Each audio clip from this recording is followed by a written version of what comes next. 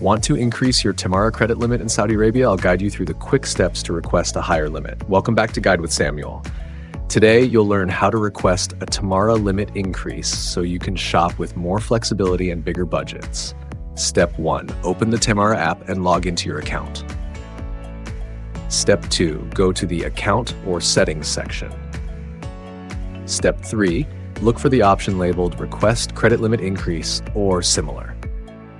Step 4. Follow the prompts. You may need to provide updated income information or proof of earnings.